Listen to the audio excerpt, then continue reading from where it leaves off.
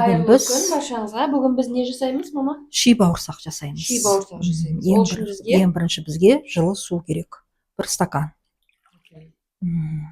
Оған 1 жұмыртқа. Одан кейін үлкен бір ас қасықпен тоқ май, құйрық май. 1 қасық. Өздеріңіз білесіздер, 1 қасық салсаңыздар да, 2 қасық салсаңыздар да, мен 2 қасық салдым. Өйткені жаңағы ши бауырсағымыз пытырлап тұру керек. Енді бұған татымына қарай тұз саламыз. Қазір біз маргарин қосамыз ғой. Маргарин емес, соның орнына осыны қолданған екен ғой. Иә. Тоңмайды. Ежелде бізде маргарин болмаған, тоқ май болған, құйрық май болған. Енді татымына қарай шекер қосамыз. Мен 3 қасық салдым. Ары қарай. Бұған біз ешқандай да аштығы қоспаймыз. Кәдімгі табиғи түрде қамыр елейміз. Қолға жабыспайтындай етіп. Бисмиллахиррахманиррахим. Бұны майға қуырып аламыз. Иә, майға қуырып аламыз. Бұл да қазақтың ұмыт болған тамақтарының, тағамдардың бірі. Тағамдардың бірі, иә, шайға, таңғы шайға берсек те болады. Балалардың сүйіп жейтін асы. Бұл жерде ешқандай да зиянды ингредиенттер жоқ. Біз қазір 72-82% маргариндерді қолданамыз ғой, сливочный масло дейміз. Ал соның орнын біздің қазақтар бұрын құйрық маймен, тоң маймен алмастырған, иә? Иә. Ол кезеңдерде бізде мынау шемішке май, сұйық май дегендер болмаған дейді біздің апаларымыз. Ол кезеңдерде бауырсақты да, осындай ши бауырсақтарды да тоқ майға қуырып алатын болған. Ол көгермейтін, бірнеше күнге сақтала беретін. Өйткені біздің ата-бабаларымыз үнемі көшіп қонып, жаңағы жылдың 4 мезгіліне орай дайындалып жүрген ғой. Соған лайықтап жасап атқан дүниелері. Дәл қазір бізде оны жабыспайтындай етіп дайындаймыз.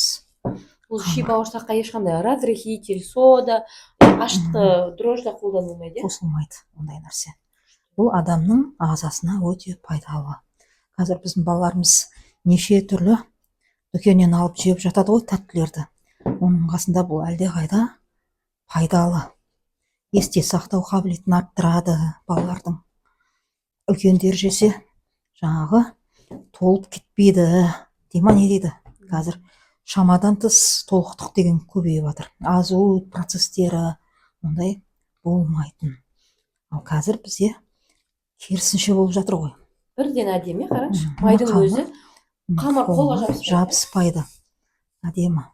Қалай істесең де әдемі шығады. Мен енді біраз уақыттан бері қамыр елемегем. Бірінші рет бүгін Тоғжанның кухнясында отырмын. Дайын нәрселер жеп жүретінім. Тоғжанның қол қалауымен осындай қамыр елеп жатырмын. Міне. Қамыр қолға жабыспайтындай болу керек, жұмсақ болу керек. Қатты болатын болса, ол қытырлап тас болып қалады. Міне, дайын.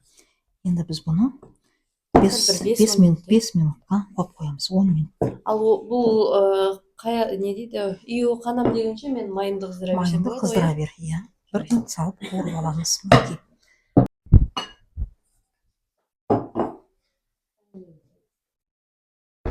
Ал біздің ши бауырсағымыз дайын.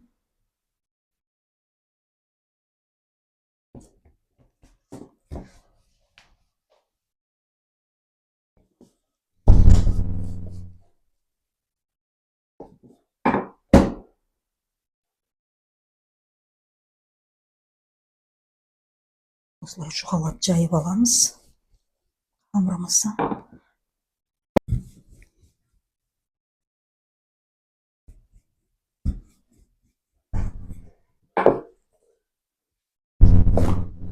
Қатты ұнды болмау керек.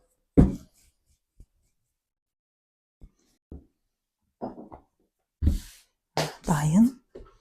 Енді кесеміз. Бірнеше бөліктерге бөлеміз. Иә. пайда болады. Одан кейін домалақ шариктер де жасауымызға болады. Ұзынша етіп кессек те болады. Содан кейін ши бауырсақ дейді. Сен кесіп бер, мен пісіре берейін. Дарай дайын. Мынау кішкене ұзындау болып кетті, кішкене ортасынан бөлуге.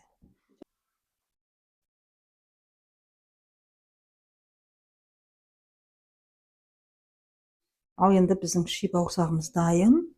Майымыз қызып тұр. Енді градусын, баяғыда градусы пәлен градус деп айтпаған. Бір пияз турап, соны күйдіріп, мына дайын болып деп айтатын еді. Дәл қазір градуспен өлшеніп кетті.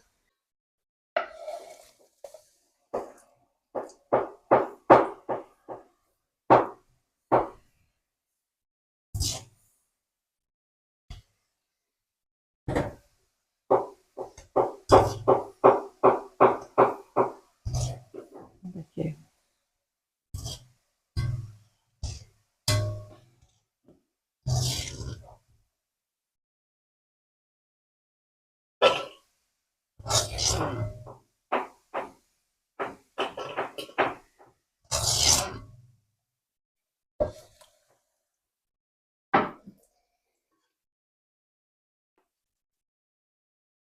Жабыспайды ішінде.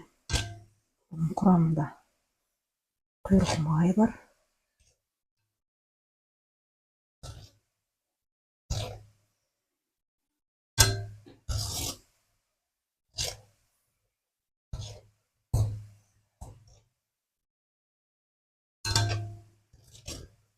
Құйрық майдың дәмі ерекше шығады екен, Қытырлақ болады екен. Күтірлеп болады, күтірлеп тұрады. Бұрынғы кезеңдерде. Өте татты. Мына шемішке май, мақта май болмаған ғой. Ол кезеңдерде тоғы маймен де қуыратын, тоғы маймен қуыратын жалпы. Анамыздың соңғысын салып жатырмыз. Кейін де піседі. Азғантай ғана заттары кетеді. Бала шағамызды қазір қуантамыз. Ши бауырсақ. Иә.